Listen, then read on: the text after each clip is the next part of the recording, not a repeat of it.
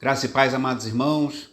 Venho por meio desse vídeo introdutório falar do livro que vamos adotar em nossos estudos com homens no ano de 2025. E fazer uma ressalva, embora nós estamos planejando estudar esse livro com os homens, certamente o seu ensino será muito útil para as famílias e pode ser proveitoso também para mulheres, para casais. Então, eu creio que esse material será de grande valor para nós e fica a dica a você para conhecer um pouquinho mais. Esse é o livro Família Guiada pela Fé, do autor Voddie Baucham Jr., lançado pela editora Monergismo. E aqui eu vou falar nesse vídeo introdutório de forma bem breve sobre os objetivos e propósitos que o próprio autor apresenta no livro e como ele organizou de forma bastante panorâmica, eu vou falar aqui, a estrutura do livro que vamos estudar ao longo desse ano de 2025 de forma mais detalhada, capítulo a capítulo.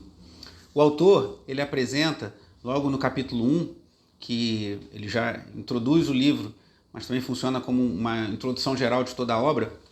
Ele faz um alerta, um diagnóstico preocupante da sociedade norte-americana, mas que certamente não é muito diferente na nossa cultura, no nosso cenário brasileiro.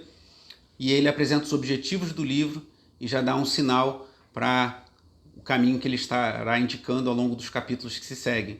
Então, primeiro vamos ver um diagnóstico, depois o objetivo do livro e depois o caminho que o autor, na obra Família Guiada pela Fé, nos propõe. Primeiro, o diagnóstico, ele apresenta alguns estudos que foram desenvolvidos nos Estados Unidos no início dos anos 2000, mas que eu creio que esses números não sejam muito diferentes em nossa realidade brasileira. Ele diz, de acordo com esse estudo na página 13 do livro, que de 70% a 88% dos adolescentes cristãos deixavam a igreja no segundo ano de faculdade. Então, uma faixa de 70% a praticamente 90% dos adolescentes no segundo ano de faculdade já deixavam a igreja.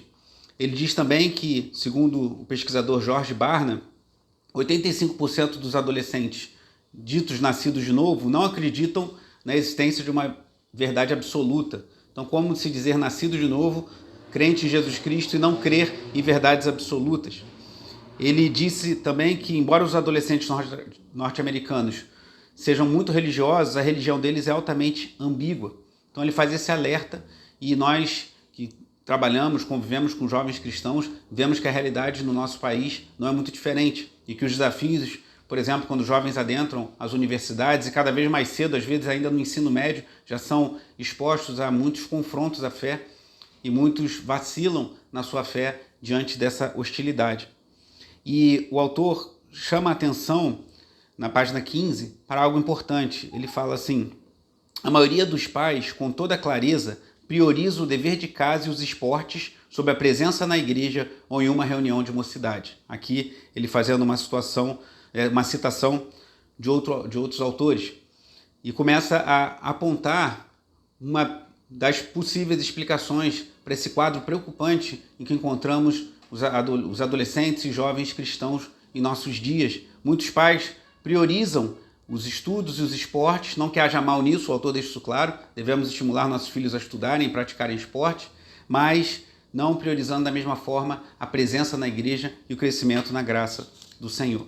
Então esse diagnóstico preocupante é desenvolvido ao longo aqui do primeiro capítulo do livro, e aí mais à frente, na página 21, o autor apresenta o seu objetivo. Por que ele escreveu esse livro? Qual o seu propósito em nos apresentar essa obra? Ele disse que ele e sua esposa Bridget passaram alguns anos tentando descobrir como guardar 3 compromissos que ele, Voddie Baucham Jr. e sua esposa fizeram. Primeiro, diz ele, nos comprometemos a permanecer juntos e crescer como casal. Segundo, nos comprometemos a investir em nossos filhos visando uma fidelidade que dure por gerações. Então, primeiro um compromisso como casal, em permanecerem juntos e crescerem, depois um compromisso em investir nos filhos visando uma fidelidade que atravesse gerações.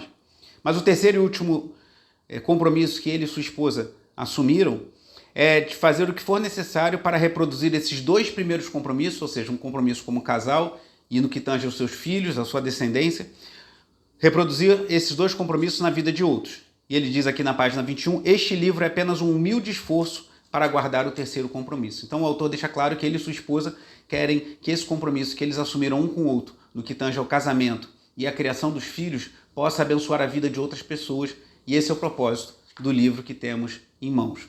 Ele mais à frente, falando ainda sobre os desafios que nós temos, na página 26, ele fala que alguns interesses são mais importantes para muitos pais do que crescer na graça e no conhecimento do Senhor. Ele chama atenção para 3 deles: vencer na vida, ser escalado, ele coloca assim, e fazendo hora. O que ele diz sobre isso? Vencer na vida, a preocupação que os nossos filhos estudem e se desenvolvam profissionalmente, que é uma preocupação válida, ele mesmo deixa isso claro, mas que muitas vezes sobrepõe o desejo do nosso objetivo, que deveria ser principal, de que nossos filhos conheçam e andem com o Senhor. Ser escalado, ele fala, algo muito presente na cultura norte-americana, mas vemos também reflexos na nossa cultura, a ênfase para que as crianças pratiquem esporte, se desenvolvam em esporte, e muitas vezes é um investimento muito maior nisso do que no crescimento espiritual. E fazendo hora, dizendo aqui especialmente da questão de namoros, de jovens, adolescentes,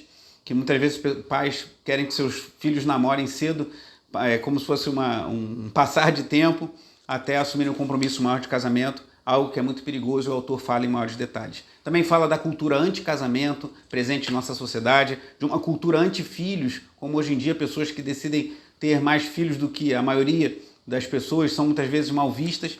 E dentro desse cenário confuso, né, desse diagnóstico que eu pontuei de forma bem breve aqui, e com esse objetivo que ele e sua esposa têm de abençoar outros casais com os propósitos que ele tem, ele nos apresenta o terceiro e último ponto que eu quero trazer aos irmãos, que é uma orientação a partir de um texto que ele coloca como um manual de instruções, que está em Deuteronômio capítulo 6.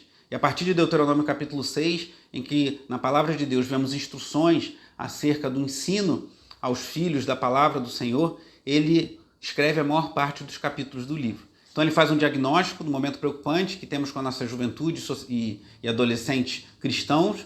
Ele mostra como isso tem gerado problemas, mostra o objetivo dele no livro e aponta um caminho a partir do texto, especialmente de Deuteronômio 6. E ao longo do livro ele vai detalhando esse texto. Por exemplo, no capítulo 1, ele introduz o seu interesse por Deuteronômio 6.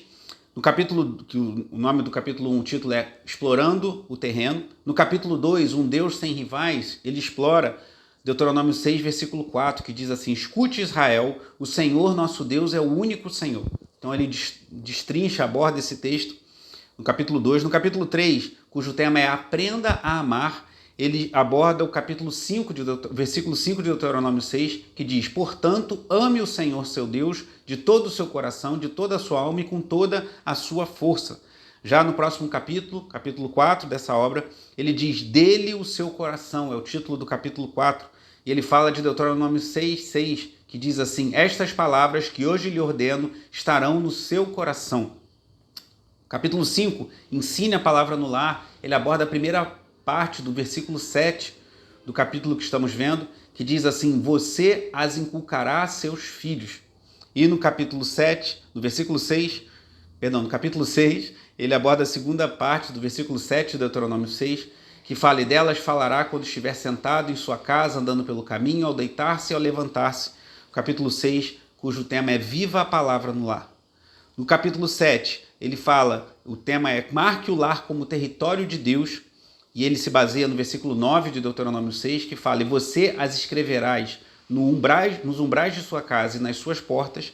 E no capítulo 8, ele diz: desfrute os dons sem se esquecer do doador, a partir do versículo 12 de Deuteronômio 6, que diz assim: tenham cuidado de não esquecer o Senhor, que os tirou da terra do Egito, da casa de servidão, ali Deus falando quando o povo prosperasse na terra prometida.